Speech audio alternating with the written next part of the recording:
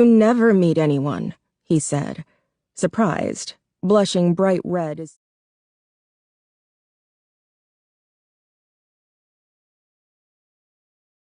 soon as the words were out of his mouth. I didn't mean it that way. Not that it's any of my business, but who is it? He gave a broad smile. John, Charlie said without elaboration. Artie looked crestfallen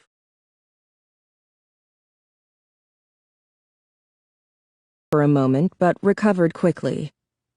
Of course, yeah, John, great guy, he said teasingly.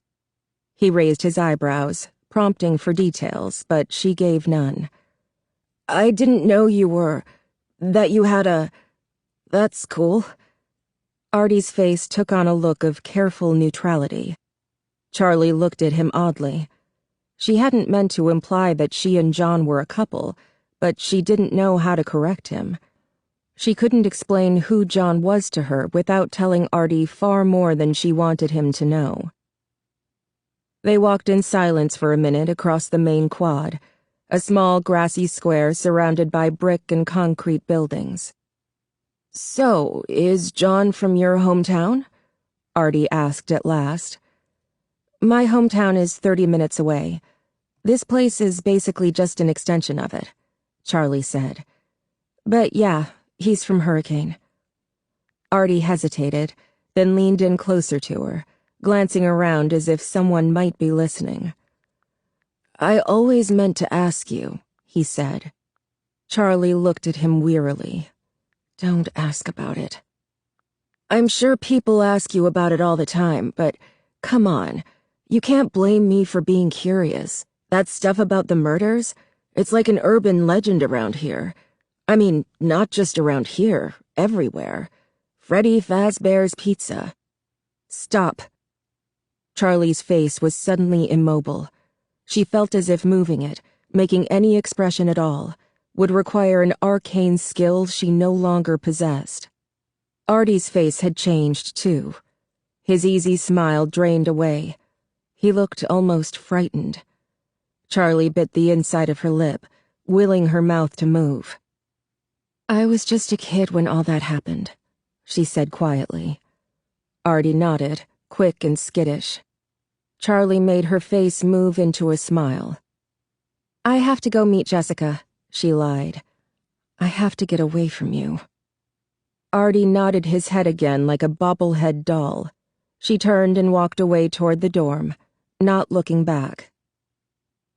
Charlie blinked into the sunlight. Flashes of what happened last year at Freddy's were batting at her, snatches of memory plucking at her clothing with cold, iron fingers. The hook above, poised to strike. No escape. A figure looming behind the stage. Red matted fur barely concealing the metal bones of the murderous creature. Kneeling in pitch dark on the cold tile floor of the bathroom. And then, that giant, hard plastic eye glaring through the crack. The hot miasma of lifeless breath on her face. And the other, older memory. The thought that made her ache in ways for which she had no words, sorrow filling her as if it had been wrought into her very bones. She and Sammy, her other self, her twin brother, were playing their quiet games in the familiar warmth of the costume closet. Then the figure appeared in the doorway, looking down on them. Then Sammy was gone, and the world ended for the first time. Charlie was standing outside her own dorm room, almost without knowing how she'd gotten there. Slowly, she pulled her keys from her pocket and let herself into the room. The lights were off. Jessica was still in class. Charlie shut the door behind her, checking the lock twice, and leaned back against it. She took a deep breath. It's over now.